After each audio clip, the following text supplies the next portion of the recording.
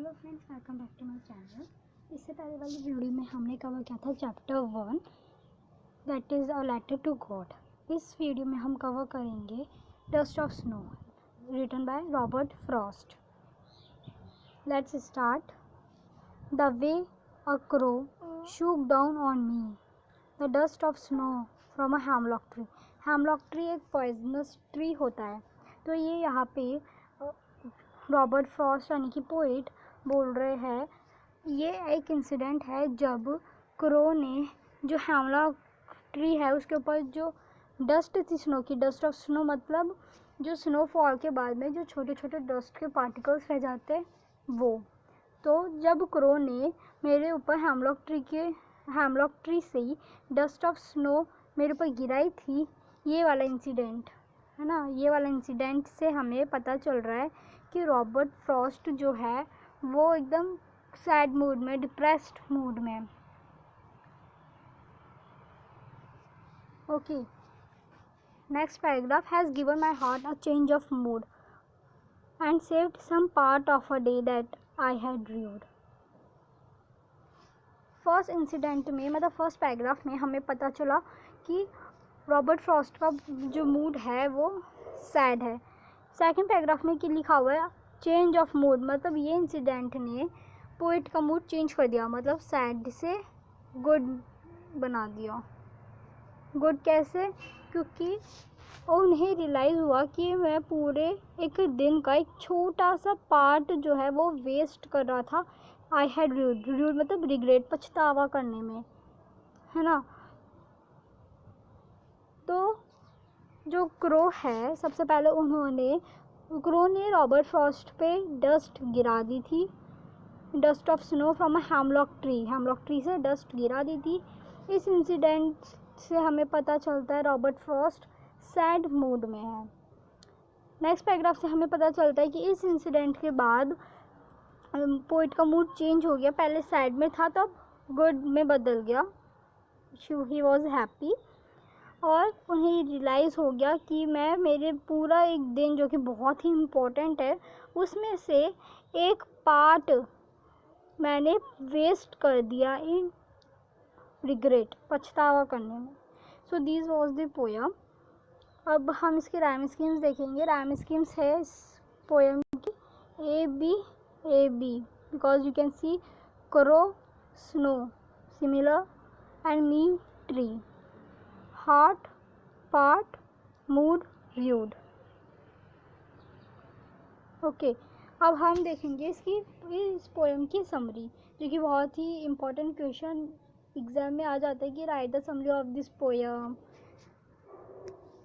Okay, dust of snow is a beautiful poem by Robert Frost. हम यहाँ से अगर हमें एग्ज़ाम में समरी पूछ ली तो हम यहाँ से स्टार्ट कर सकते हैं कि dust of snow is a beautiful short poem by Robert Frost. किन्होंने लिखी है? रॉबर्ट फ्रॉस्ट ने लिखी है। This poem tells that even a simple moment has a large significance.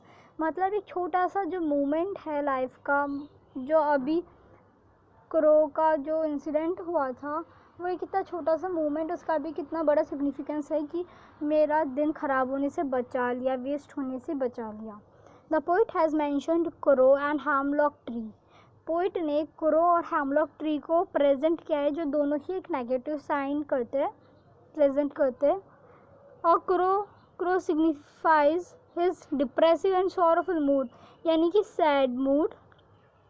जो क्रो है वो पोइट के सैड मूड से रिलेट करता है।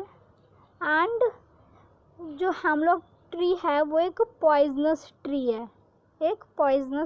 है, both the signifies that the poet was not in a good mood and so he describe the dark, depressive and bitter side of nature to present his similar mood.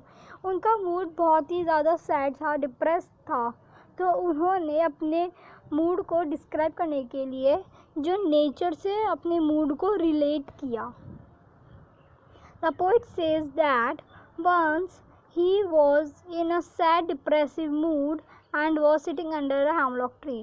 जब poet ने बोला कि वो एक बहुत ही सैड से depress से मूड में थे और हेमलॉक ट्री जो कि एक पॉइजनस ट्री है उसके नीचे बैठे थे, shook of the dust of snow. और क्रो ने मेरे ऊपर जब डस्ट ऑफ स्नो गिरा दी थी, डस्ट ऑफ स्नो मतलब small particles of snow that remains on the surface after the snowfall on the poet. ये पहले ही मैंने बता दिया था डस्ट ऑफ स्नो का मीनिंग कि स्नोफॉल के बाद में जो छोटे छोटे पार्टिकल्स रह जाते हैं स्नो के, उसे हम बोलते हैं डस्ट ऑफ स्नो। तब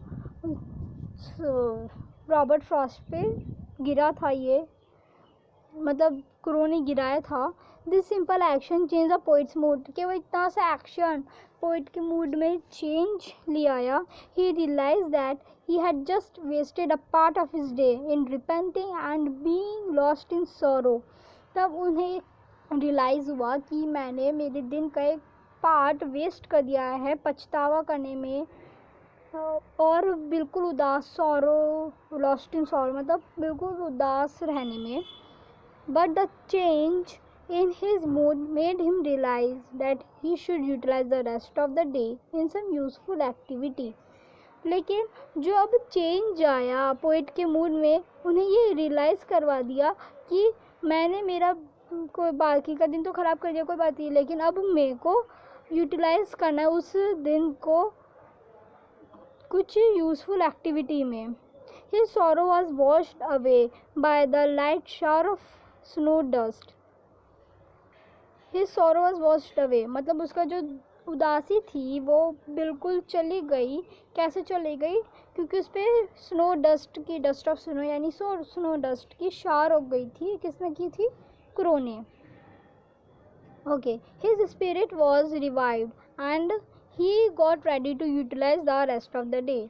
और जो उनकी स्पिरिट थी, रॉबर्ट फ्रॉस्ट की स्पिरिट थी, वो दोबारा आ गई और वो बिल्कुल रेडी हो गए बाकी के दिन को यूटिलाइज करने के लिए। सो this was the chapter, this was the poem Dust of Snow written by Robert Frost, and this is the summary of this chapter. Okay, please like, share and subscribe to my channel. Bye.